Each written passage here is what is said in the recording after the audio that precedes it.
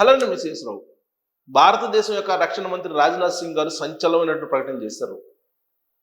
సింధు ప్రాంతం పాకిస్తాన్లో ఉంది, అది భారతదేశానికి అనుకూలంగా ఉంది. అక్కడ ఉండేటువంటి ప్రజలు భారతదేశంలో ఉండడానికే ఇష్టపడుతున్నారు, పాకిస్తాన్ని వ్యతిరేకిస్తూ ఉన్నారు. అందుకే ఎప్పటికైనా సరే సింధు భారతదేశంలో కలగబోతుంది అనేటువంటి ఒక సంచలనమైనటువంటి స్టేట్మెంట్ ఆయన ఇవ్వడం జరిగింది. అంటే ఇది అఖండ భారత్ దిశగా ప్రయత్నాలు జరుగుతున్నాయా, మళ్ళా యుద్ధం వచ్చే అవకాశం ఉందా అనేటువంటి ఒక ప్రశ్నకు సమాధానం చూచాయిగా కనిపిస్తుంది.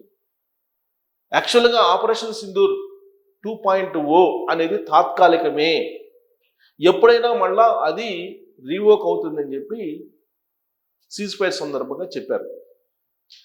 పాకిస్తాన్ ఎప్పుడు తోక పెంచుతుందో అప్పుడు తోక కట్ చేయడానికి ఖచ్చితంగా యుద్ధానికి సన్నద్ధం అవుతాం.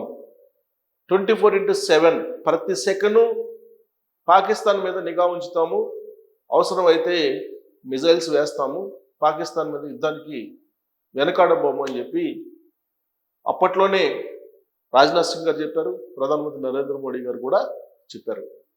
అయినప్పటికీ పాకిస్తాన్ అయితే కాముగా ఉండలేదు. అప్పుడప్పుడు కళ్ళు దాగిన కోతిలాగా ఎగురుతూ ఉంది. రీసెంట్గా రక్షణ శాఖ మంత్రి ఆసిఫ్ ఆయన ఏమన్నారంటే,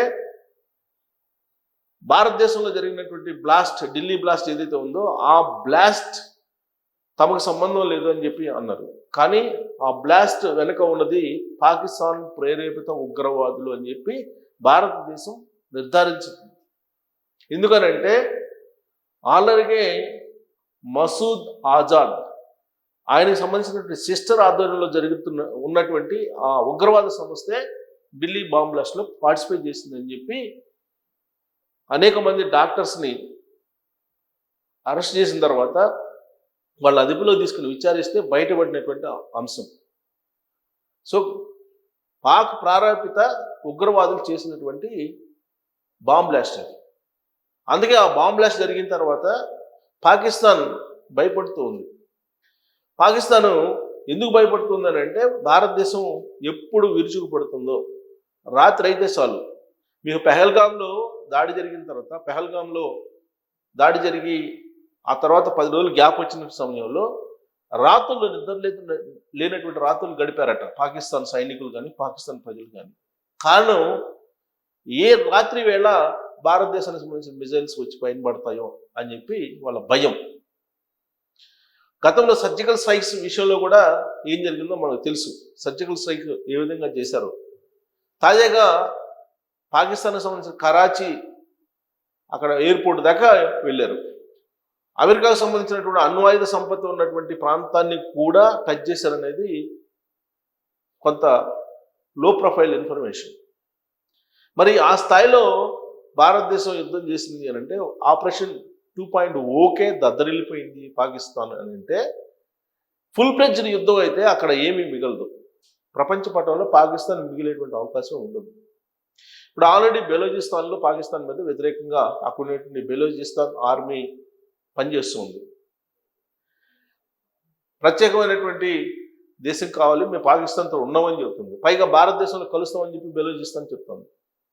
ఇప్పుడు సింధు ప్రజలు కూడా అలాంటి పరిస్థితి. ఎప్పుడైతే భారతదేశం త్రిశూల్ అనే దాన్ని పాకిస్తాన్ మీద ఉపయోగించిందో అప్పటి నుంచి పాకిస్తాన్ ఏం చేయాలో అర్థం కాని అయోమయ స్థితిలోకి పడిపోయింది. ఎందుకంటే సింధు జలాన్ని బంద్ చేసేసింది భారతదేశం, వాగా సరిహద్దులను మూసేసింది. అలాగే భారత గగనతలంలోకి పాకిస్తాన్ విమానాలు కానీ ఏది రాకుండా నిషేధం కొనసాగిస్తుంది.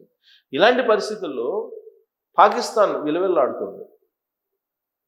సింధు ప్రజలు పాకిస్తాన్ ప్రభుత్వం మీద వ్యతిరేకంగా ఉన్నారు.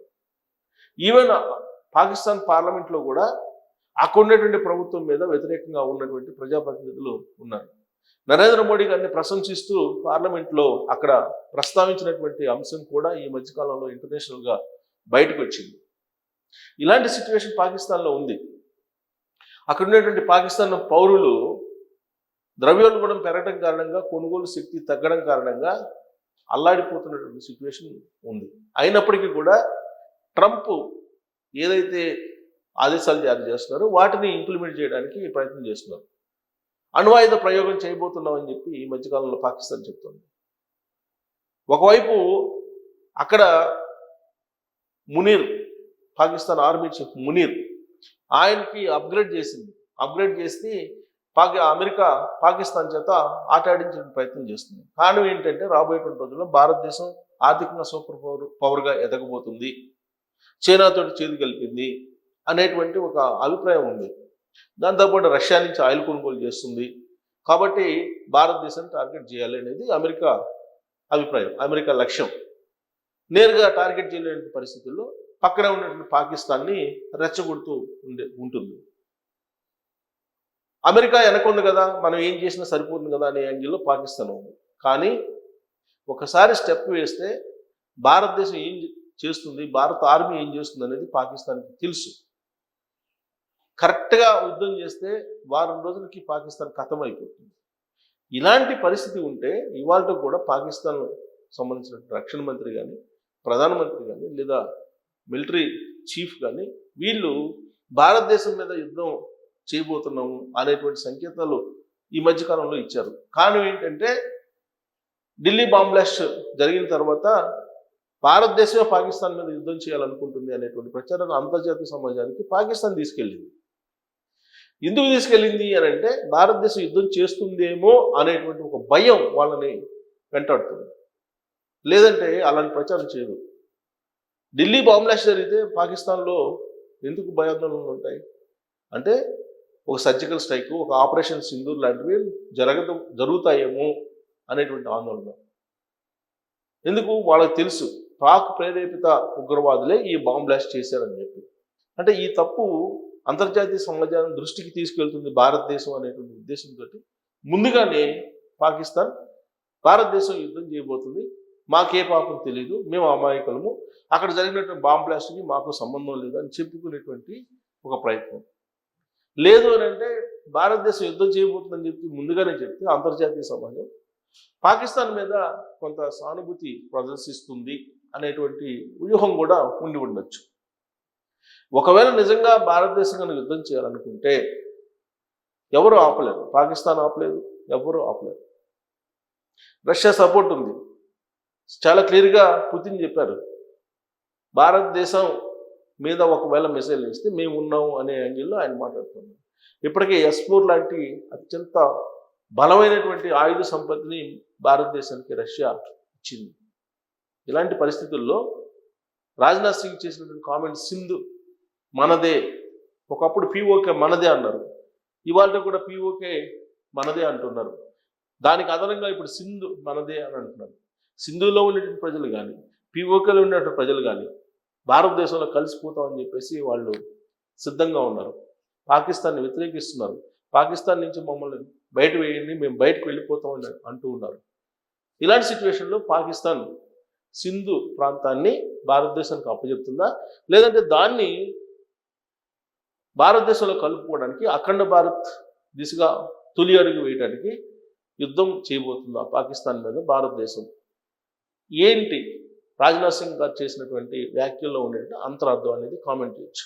Thank you.